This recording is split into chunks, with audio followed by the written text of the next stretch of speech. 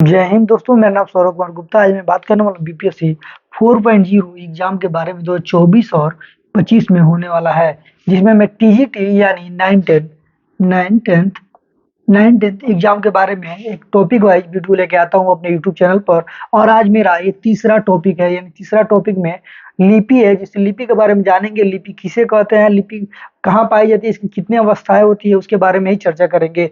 Board पर आपको दिख रहा होगा लिखित भाषा में, यानी जो लिखित भाषा, जो लिखने की भाषा होती है, ध्वनियों के लिए जो चिन्ह माना गया है, मान लिए गए हैं, यानी जो लिखने के लिए जो जिन ध्वनियों को चिन्ह माने, चिन्ह का मतलब जो लिखने के लिए चिन्ह मान लिया गया है, वे वर्ण कहलाते हैं। सबसे छोटा रूप जो होता है वर्ण कहलाते हैं, यानी लिखने के रूप को वर्ण कहते हैं। जिस रूप में ये लिखे जाते हैं, कौन से लिखे जाते हैं वर्ण, ये जो वर्ण लिखे जाते हैं उसे लिपि कहते हैं। तो उसे उसे क्या कहते हैं, लिपि कहते हैं। तो लिपि की परिभाषा तो नहीं पूछेगा, लेकिन वर्ण किसे कहते हैं ये अक्सर पूछा जाता है। बात करते हैं लिपि की मुख्य कितने भाषा अवस्थाएं होती है। तो लिपि के विकास की मुख्यतः 4 अवस्थाएं होती है, यानी जो लिपि है वो किस तरह से होता है, 4 अवस्थाएं इसकी होती है। और ये प्रश्न आपको बीपीएससी बीपीएससी टीआरई टीआरई 1 में एक प्रश्न पूछा जा चुका है कि इसकी अवस्थाएं कैसे ऊपर से नीचे इसको सजाने के लिए दिया था। सबसे पहले आता है चित्रलिपि। चित्रलिपि का मतलब हम सबसे पहले चित्र को देखते हैं, यानी चित्र को देखना।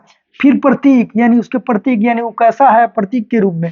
फिर भाव, अपने मन में भाव बनाते हैं।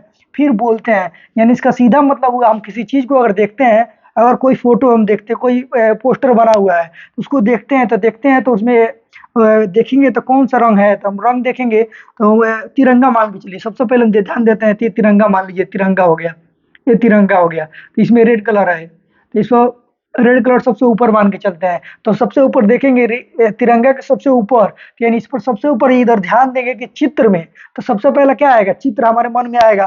फिर दूसरा देखेंगे प्रतीक, यानी प्रतीक मतलब कैसा बना हुआ है, यानी उसका जो रूपरेखा है वो कैसा बना हुआ है, प्रतीक करेंगे।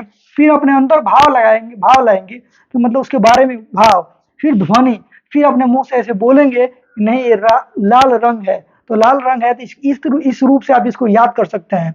भारत की सारी लिपियां अक्षरात्मक है, यानी जितनी भी लिपियां हैं भारत में वो अक्षरात्मक ही लिपियां है। रोमन लिपि वर्णात्मक लिपि है, यानी जो रोमन लिपि है यही एक अपवाद तरफ से कहा जा सकता है कि वो रोमन लिपि जो होता है वर्णात्मक लिपि होता है। यही प्रश्न पूछने की पूरी उम्मीद है।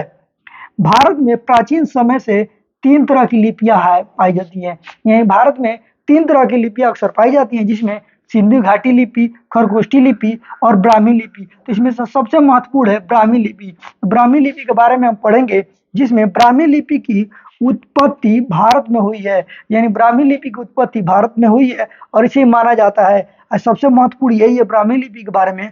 और एक प्रश्न, दूसरा ये प्रश्न बन सकता है कि कितनी अवस्थाएं हैं, तो 4। और सबसे पहले कौन सा आता है, फिर उसके बाद कौन आता है, ऐसे धीरे धीरे ऐसे याद करने का प्रतीक यही है कि अपने अंदर अपने पहले चित्र को देखेंगे, फिर प्रतीक बनाएंगे, फिर उसके बाद अपने अंदर भाव बनाएंगे, भाव मतलब फिर उसके बाद ध्वनि, यानी मुंह से बोलेंगे कि कैसे क्या है। तो उसे उसे ही लिपि कहते हैं। लिपि के बारे में जितना प्रश्न बनता है उसमें मैं बता दिया हूँ, और आने वाले वीडियो में किसी अन्य टॉपिक पर आएगा। ऐसे ही शिक्षा संबंधित वीडियो देखने के लिए हमारे चैनल को लाइक करिए, सब्सक्राइब करिए। जय हिंद।